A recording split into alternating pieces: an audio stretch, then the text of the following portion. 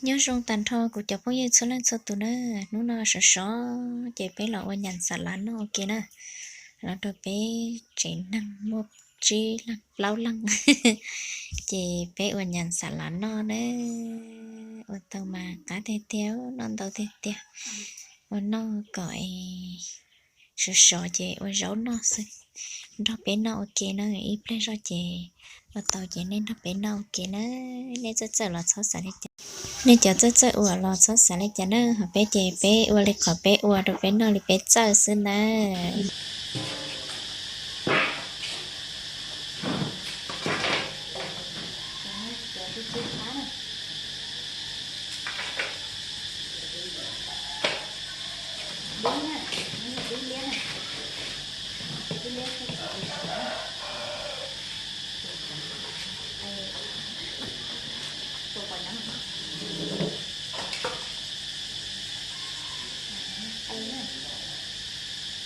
tay tay tay như thế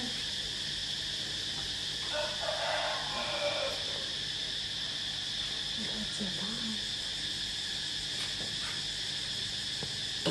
sơ cái tung cái trứng thế này cái sự kiện này nó sẽ cái tiền á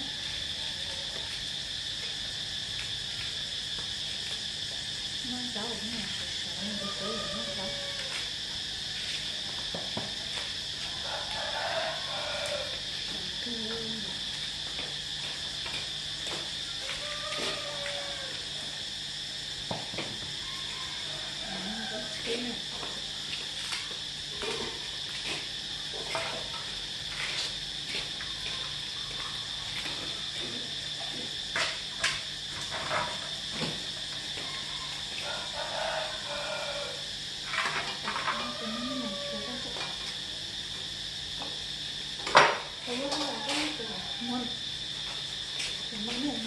quay thì nó sửa lại nào kia nó cái sửa của nó đi nó phải tái trên sửa nó kia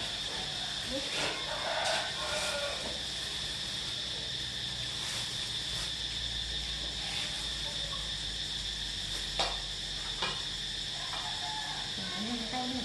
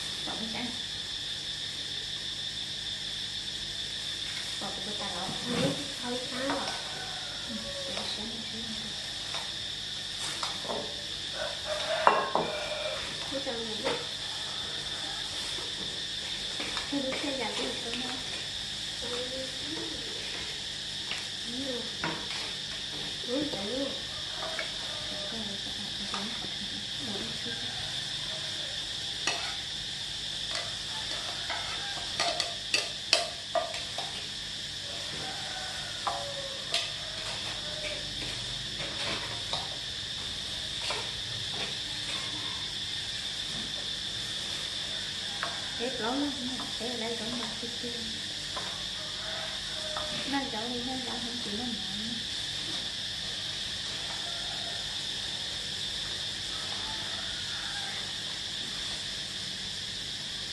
mà là cái đâu mà cái này nó nhỏ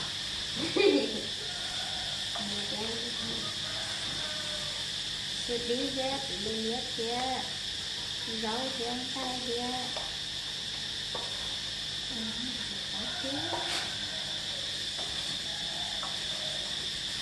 ra rồi thì tay có xong đi cả tháng là bé trai anh thôi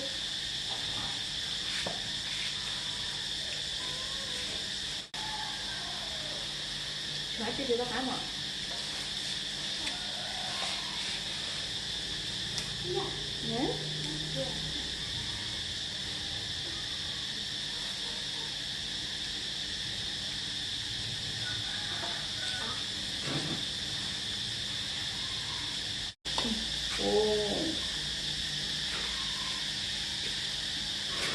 Nếu cần như nó à. tôi thấy là nó hơi khá đúng ra mò một khá mò tôi sao cả Cho trông đuôi. tôi tôi mà Ừ. Bỏ đi cho trông. Ô. Rồi xiên gì cả cái này chỉ nó xì hết bọc cá mà cái nó bọc cá nè.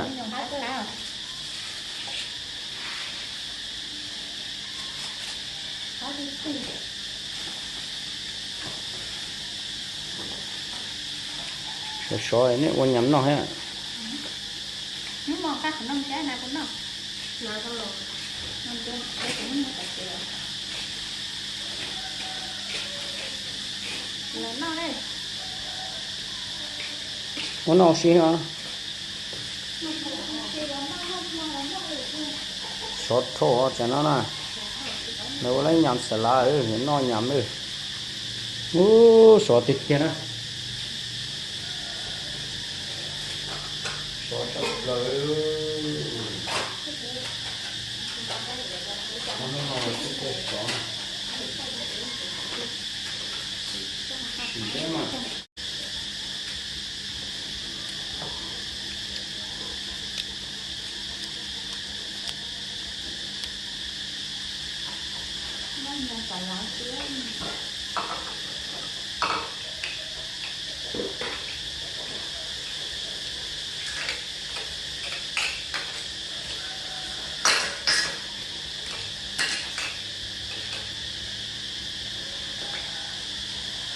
mấy ông Nó xì sao?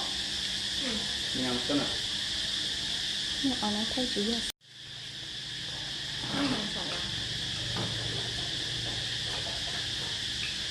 Cho rồi. Chúng ta phải tốn nó rồi. nó là cái cho nó để sợ cái rồi thì tôi cho không cái gì mà cho nó cắt tôi không có đắng Đó tổ tô cổ. giống như là còn lắm mình để cho mà nhận xong thôi cái gì thôi nó chỉ tội Cái cà cá cũng đang cổ điển á.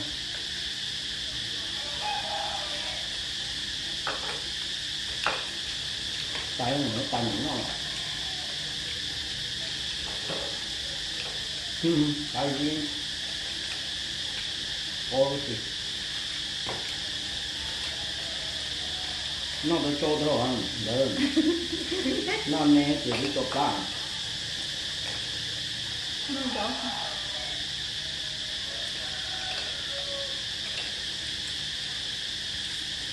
có cái mà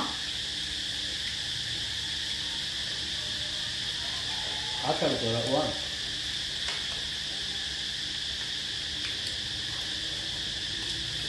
Giờ là uống này cũng không đau nữa. Cho cái gì nữa vậy? nhớ lại cái chuyện em là cái chuyện xưa đó phải là cái thời là cái xưa chạy đó cái gì cũng hay à ông phải là chứ ông nói đấy Thế qua con nó chỉ cho nó bay không có phải bay con em không đâu. Nó cho chúng nó có gì đâu.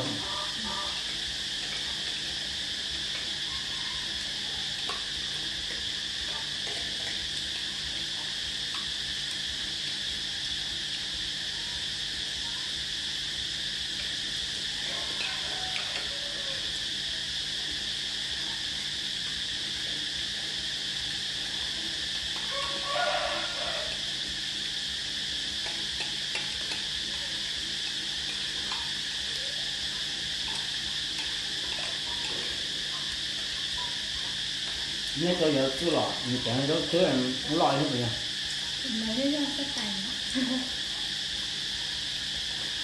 Nhưng sao tại tôi giờ cứ lọ. Nếu cứ lọ này tôi phát tôi nhớ cứ ai à. Chứ nên thế là tớ. nó chỉ xia Chứ nên thế là tớ hết lợi. Nếu cứ lọ này. không mà nó chỉ xia mà giờ nó mới nhỏ chị ấy còn đi nhỏ còn nói nó lát gì rồi thì nó mấy mù mà họ cá đấy nhưng cái này còn một cái nói chung là xì xì rồi giá như cái thế này đó cũng mà không phải cái gì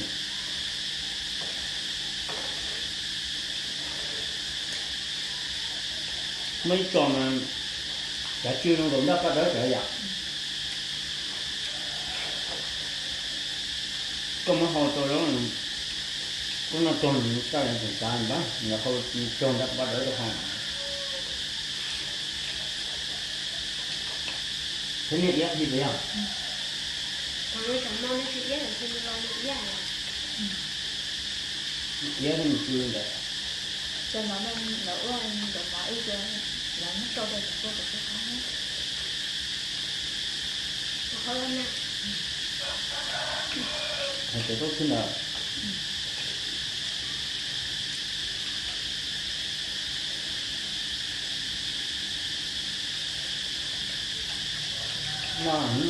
nó đâu không sẽ cá không đâu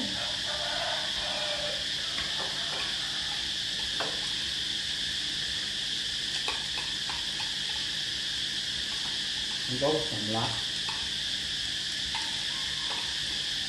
nó nói trả lại lấy chỉ có mình nói trả lại chứ tám môn nhà trả lại tiền hay cái hay trả nào này lên nhà trả lại để có khi nhà nó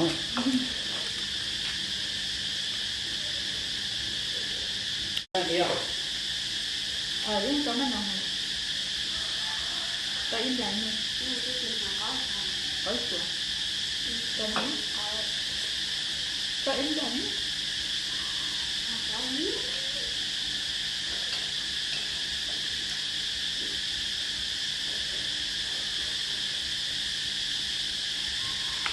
thôi nó phải là tay mà cái mình sao có hả ông cá trở lên rồi mà tại sao sao nên chỉ nói chỗ của giữa là chỗ có chi nữa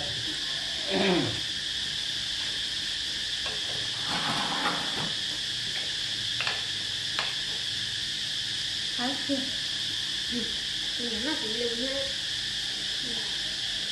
nó cao nó chọn nó bé nó mà nó bắn cho chó này nó mở tao thấy lá cũng như vậy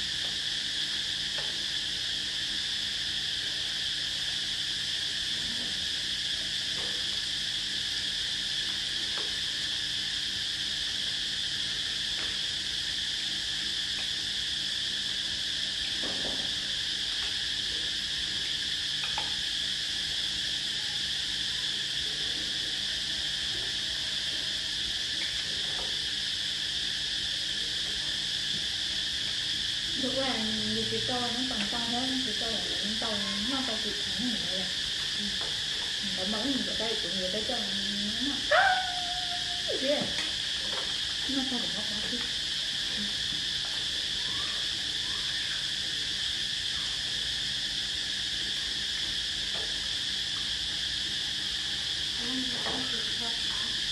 mày là nhà ai biết hồi vậy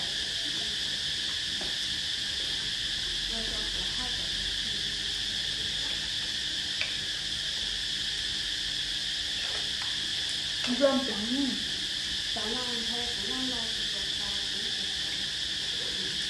là ơn nhân thằng không đây là rơm trắng là nó bảo là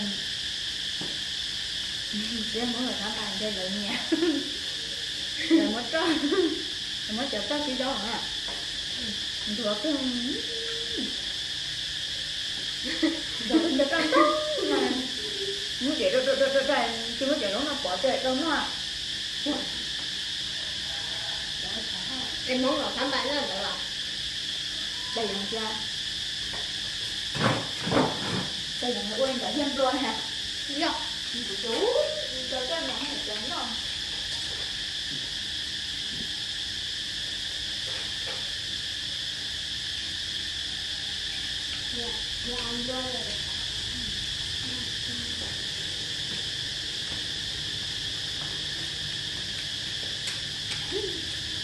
thế lý rất à